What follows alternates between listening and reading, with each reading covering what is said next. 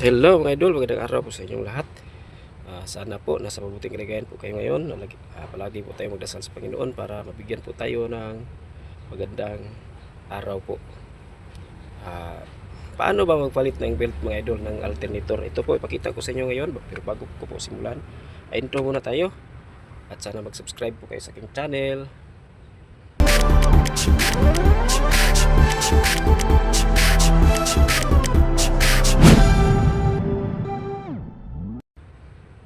At ito po ang ating belt na bago. Ito po, belt na bago mga idol.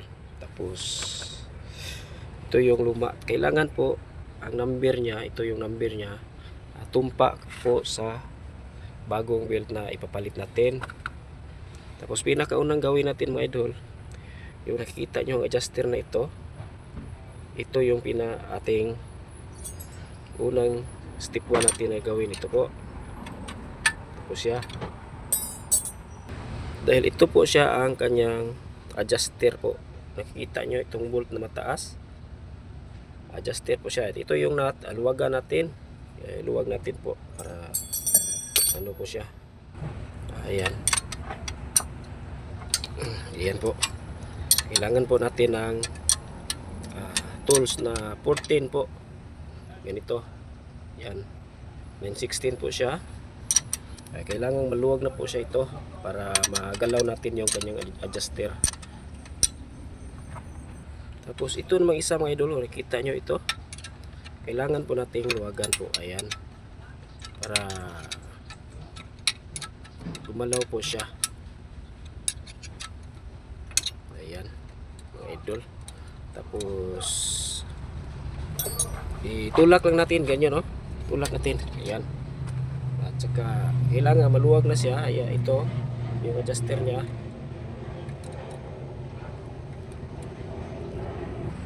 Kasi kapag hindi pa siya hindi pa, kailangan pong paano natin dyan, itulak natin dyan para makuha natin tong belt na luma.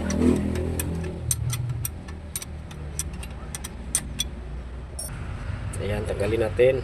Ayan, ito po ang adjuster niya mga idol, ha. Huwag niyo kalimutan, ito adjuster niya. Kung gusto nyong luwagan, tapos gusto nyong magsikip siya, yung bang sa Tagalog yung ugot. Ito po ang pinaka-adjuster niya mga idol, ha. Ayan, nakikita nyo. Kailangan lang natin itong tanggalin ang adjuster niya para makuha natin ang kanyang belt.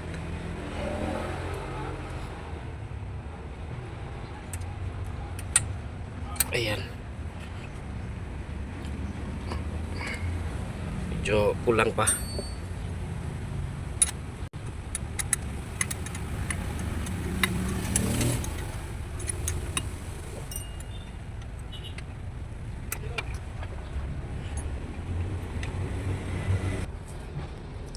Luwag na siya, maluwag na siya mga idol. Ayan, pwede nating tanggalin. Ayan, kailangan po natin paluwag tong kanyang adjuster para matanggal po natin ang kanyang belt dito sa puliya.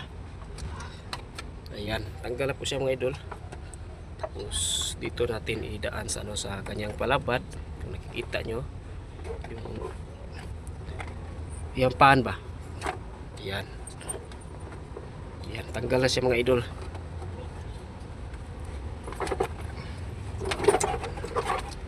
Ayan mga idol, palitan natin ng bago kasi medyo na po siya, lustrade na po. Kung nakikita nyo yung bolt na mataas yung sa ibaba mga idol, sa kanyang parang tinutusok sa kanyang alternator doon sa ilalim, kailangan din yung luwagan yung nakikita nyo. Ito yung bolt niya, nut niya, ito. Nakikita nyo mga idol, itong nut niya ito. Ayan, may nut siya sa ilalim. Tapos kailangan nating luwagan ito. Tatanggal na po siya. Palit na tayo ng belt na bago. Ang niya mga idol, pag lagay niya sa bagong belt, kasi idaan natin sa kanyang pan, ito pan blade niya, kailangan ganito lang po siya ayan. At kailangan po na maano siya sa kanyang puliya, Ayan. Ayan. At dalawa man to. At itong isa pasok din natin. Ayan. Ayan mga idol. Ganun lang siya. Pwede na po kahit kayo-kayo lang po. Wala pong hindi na po tayo magtawag na mekaniko. Magawa din natin to. Ayan. Dahil bago na po siya. Ayan. Kung hindi na po siya aabot. Kita nyo hindi po siya aabot. Kailangan natin to tanggalin po itong kanyang ano bracket po. Nakikita nyo. Tanggalin na lang natin to mga idol. Para makagalaw tayo ng maayos.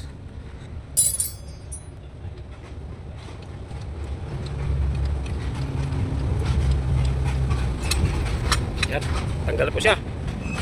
Magalaw na tayo ng maayos. Ayan mga idol, oh. Kita nyo.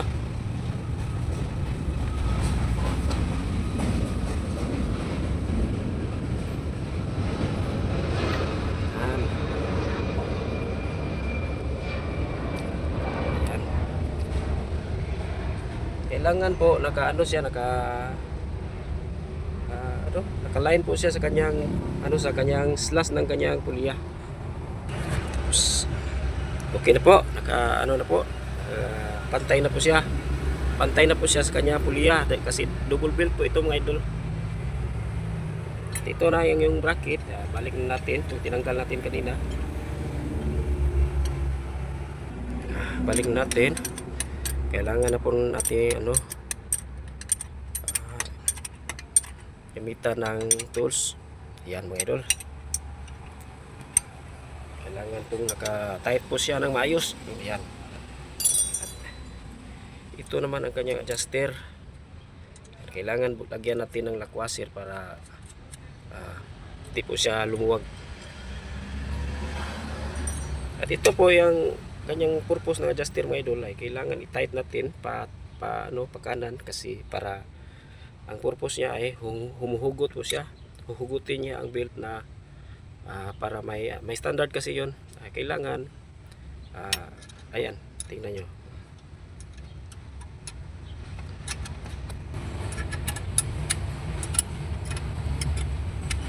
Kailangan po siyang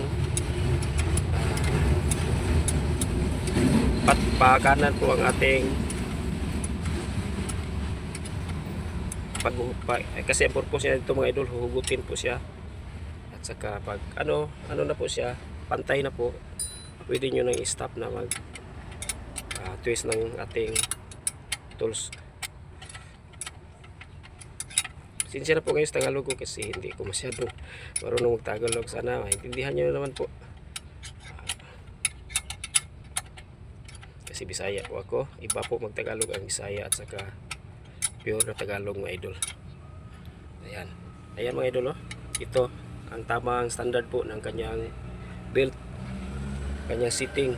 Kailangan hindi siya masyadong sa Tagalog yung hugot ba yung kumbaga hindi na siya maluwag ba, kailangan ganito. Ayan po, bago na po ang build natin mga idol, at sana po mag-subscribe po kayo sa aking video. Sinsya na po kayo pag hindi masyado magandang video ko, pero sana magsuporta po kayo kasi nag-iisa lang po ako mga idol, wala po akong cameraman, ako lang po. At saka ang Tagalog ko medyo bulol-bulol kasi Bisaya po ako mga idol. Maraming salamat po. At bago na po ang ating belt.